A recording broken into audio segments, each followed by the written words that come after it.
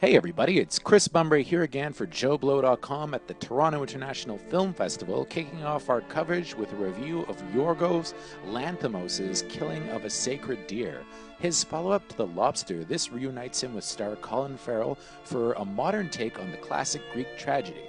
Here, Farrell plays a cardiac surgeon who develops a fatherly friendship with the teenage son of a former patient who died under his watch. Soon, the boy, played by Dunkirk's Barry Keoghan, starts ingratiating himself into the surgeon's life and eventually makes a startling demand of the doctor that's connected to the rapidly deteriorating health of his two children. Now, this is a grim tale, but The Killing of the Sacred Deer nonetheless has the same weird, satiric vein of Lanthimos' other films, with all of the actors seemingly having been directed to completely remove any emotion from their performances, saying everything in a matter-of-fact, blank way that gives us a unique, otherworldly feel that adds to the art house genre aesthetic. Given this technique, it's highly unlikely the film would have worked nearly as well if it wasn't so impeccably cast.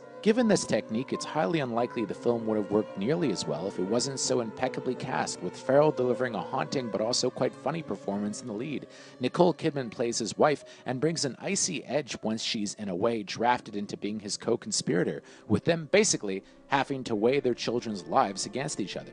As the sinister teen, Keoghan, who you might remember from Dunkirk as the boy who gets hurt by Cillian Murphy with Mark Rylance, gives a menacing performance that stands as one of the big breakout parts of the last few years.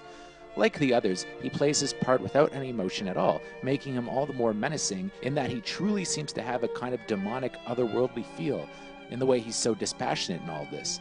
Although I would have to say that the horror aspect of the plot is quite ambiguous. Through it all, Lanthimos, while working at a deliberate pace, keeps the film richly absorbing, with the awkward humor as perfectly pitched as it was in Lobster, such as a moment where Kidman pretends to be unconscious in a way to turn her husband on, and also what might be the most uncomfortable father-son heart-to-heart in the history of cinema, which I'm not going to spoil here. The sparse soundtrack consists mostly of classical music played at absolutely decibel-shattering levels, as well as the occasional gonzo touch, such as the use of an Ellie Goulding pop tune.